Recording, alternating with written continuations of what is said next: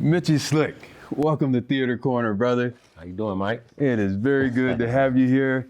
While you taking a break from all that you do, thanks for taking out time to visit us here on KPBS. Thanks for having me. All right, let's jump right in. And this is a theater interview story. Let's talk about the storytelling as a hip hop artist. That's what's been able to keep me in the game so long. Like, you know, you hear people say they have writer's blocks. I never had a writer's block because all my music just comes from my life experience. I think that's an advantage I have. Maybe not in the bigger scheme of music, because they say rap, hip hop is a young man's game. But I got a lot more to talk about than the young cats, you know what I mean?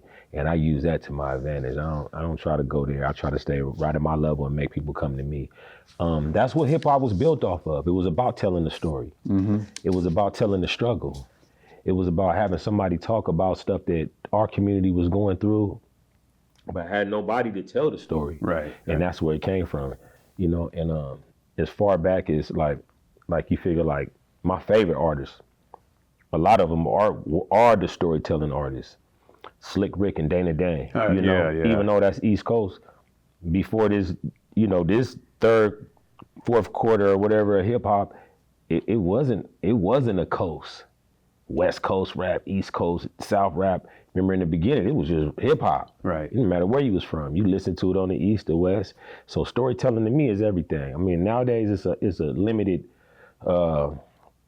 amount of information you don't get from a music with the younger, but that's what hip hop is now. So I don't knock it. Right. But storytelling, that's my lane. Have something to say, something to talk about, you know? That's what it's about. Yeah. To me. And so I'm always curious when we speak to hip hop artists. It's just for myself, listening to some of the hip hop songs. I always wonder, does the lyrics come first, or does the beat come first? You know what? I like the way this interview is going, because you're asking the questions that I never get asked, and this is the stuff that makes me who I am. The questions. So like with me, okay, I don't look at myself first as an artist. Okay. As like the personality that goes along with what you consider an artist.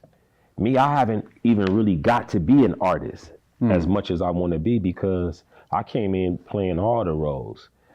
The manager, the financer, the artist, the production, every aspect of it. So I've never got to be just a full artist. So my method of doing music is different than a lot of people I work with. So just a format of how to do it, I never got stuck in that. However it comes, it comes. But I'm motivated by the music. Okay. The music makes me, or influences me, or inspires me to write. But at the same time, I could just be on my own on the plane and knock a whole song down without even hearing any music to write to. You know what I mean? And how would you describe your music? How would you characterize your style of gangster hip hop? Hip hop being the four elements, the real hip hop: lyrics, beats, graffiti, and the dance. But then you take that and you put it with it's not just regular West Coast gangster rap. So when you hear my music, you're gonna get the real lyrics. Right. You could tell I was on my pen when I wrote it, you feel me? Yeah. But at the same time, it's gonna be the West Coast street element too. So you're getting the best of both worlds. Similar to what you saw, like Ice-T and Cube. Mm-hmm. You know, Cube for sure. You could say it was full West Coast. Right. It was full gangster, but it was lyricism involved. You feel me? True. Yeah. Very you got true. it with me. If your pen ain't right, man, I'm not a fan. Straight up. This is a theater show, and there is some element of theater in all performances, even when you consider hip hop. And when I say theater, I'm thinking, you know, storytelling. There's costumes. There's performance, live performance for sure. You got to give a show. Right. When you get on stage, maybe the other elements not so much, but getting on stage. This new era, you could tell they're not so much concentrating on the live performance part of it. But I came in with a group of artists, like I said, the hip hop element. I don't know if the listeners understand the difference between rap and hip hop. Okay. You know what I mean? Yeah. Rap is something you do. And hip hop is something that you live. I compare it to like a religion almost. You feel me? Right. Like a religion. Hip hop is really like for our generation, like kind of like religion, because a lot of people in today, they look more to hip hop for influence and information than they do the Bible. You know what I mean? Right. You feel me? Yeah. And so, to me, live performance it is theater. What's the difference? Right. You're turning 50 at the same time. Right. Hip hop started. Straight up, man. It was born with me. Looking at that 50-year mark, it's just a testament, man, to where, because hip hop came from nothing, man. You know what I mean? And to me, it's inspiring to see something so important could take over the music scene like that. The only part I hate about it is that we don't actually control hip hop. See, that's the part that makes me still feel like I'm watching from the outside a little bit. So it means a lot to me. You know what I mean? Yeah, man. I'm trying to get hip hop to give stuff to my city that I saw it give to other cities. You know. You have a record label, a business, Wrong Kind. Mm-hmm. Now tell me about that. Wrong Kind was started, man, in 2000. Mm-hmm. A lot of my partners, we did come together as a collective and make something happen. Me and my cousin CJ pushing the label. But man, rest in peace, my brother Janky. Man, that was the heart and soul of Wrong Kind Records. But it's a San Diego-based label. Tried to work with a whole lot of artists from San Diego. It's just been a home for anybody in San Diego that wants to get heard. I do what I can. I don't have a big, giant $1 million budget to give every artist that came my way. Right. But I did give a lot of attention to a few artists around San Diego. It's just a homegrown label, man. We just push it, man. That's what it is. I mean, tremendous amount of people, they absolutely look up to you. And so, if you had the attention of a young cat trying to embark on a hip hop career, what kind of advice would you give that individual?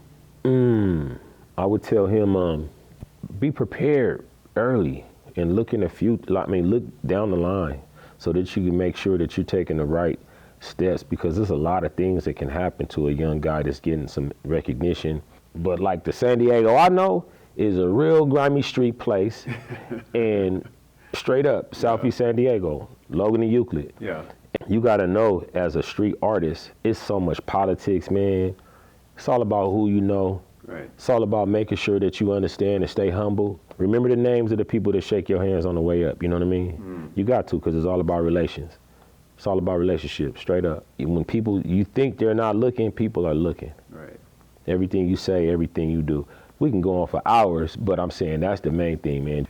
Perception is a king about a lot of the lenses people look through. And so a lot of people would perceive you a certain way based upon the music that you do, which is the music that you do. Mm-hmm. I was excited about having you here because so we could see the other side of how you're perceived. Mm-hmm. Because you are a father of a daughter who's about to go to college. Mm-hmm.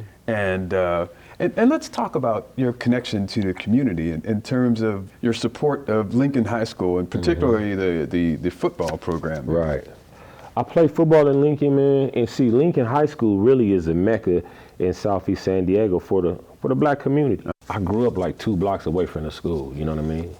Like, I grew up basically playing on the campus before I even went to the school, you know what I mean? Even if you live in other communities, everybody know Lincoln High School is pretty much where our people are, right. And that's the black high school in San Diego. Yeah. I mean, the demographic has changed a little bit now, but it's so rich in the legacy, man. Like, all the NFL players that came out of Lincoln High School, like, we got they got a lot. So now in high school football, they got these super high schools where they recruit kids from all over. So the numbers are going up. But before that was happening, Lincoln was probably had the 9th most players in the NFL. Wow. We're probably still right around 12 or 13 right now.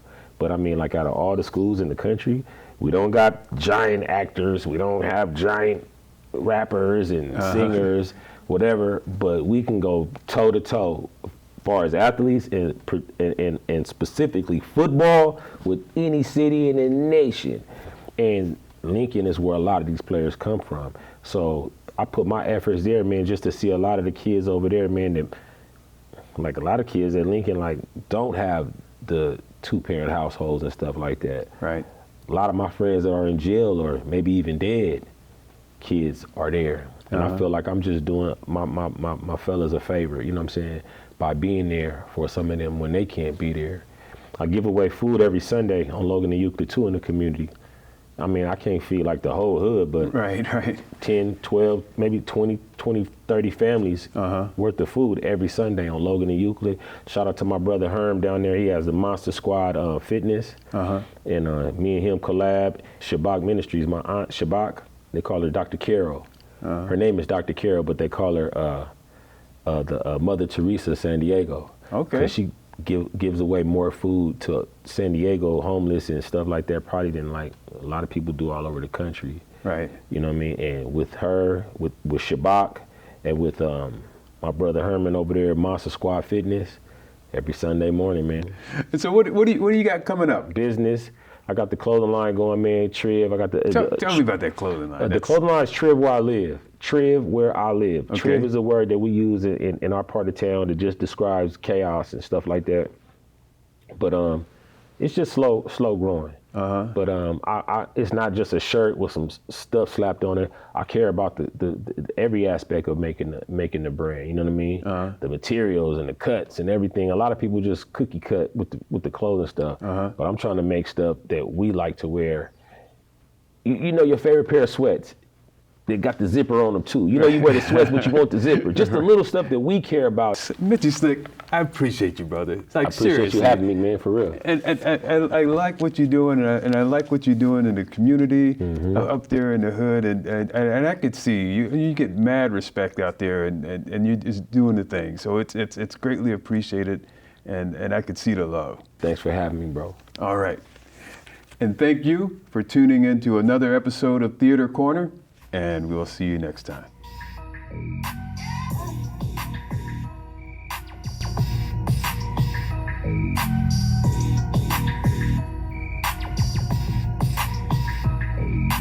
Who that? Talking about beating them hornets. Who that? Who that? Woofing online now, why would you do that? Y'all blue in town to see you get you with blue back. All face, we need that. Line them up, gentries, jeans, black business, no designer cuts. Selfies with the cleat without targeting. Y'all down bad, ain't even a half in the fat lady scene. Up top, off the back, we need a 50 ball. Highlights for the whole squad. Yeah, it's all on y'all. Whole hood.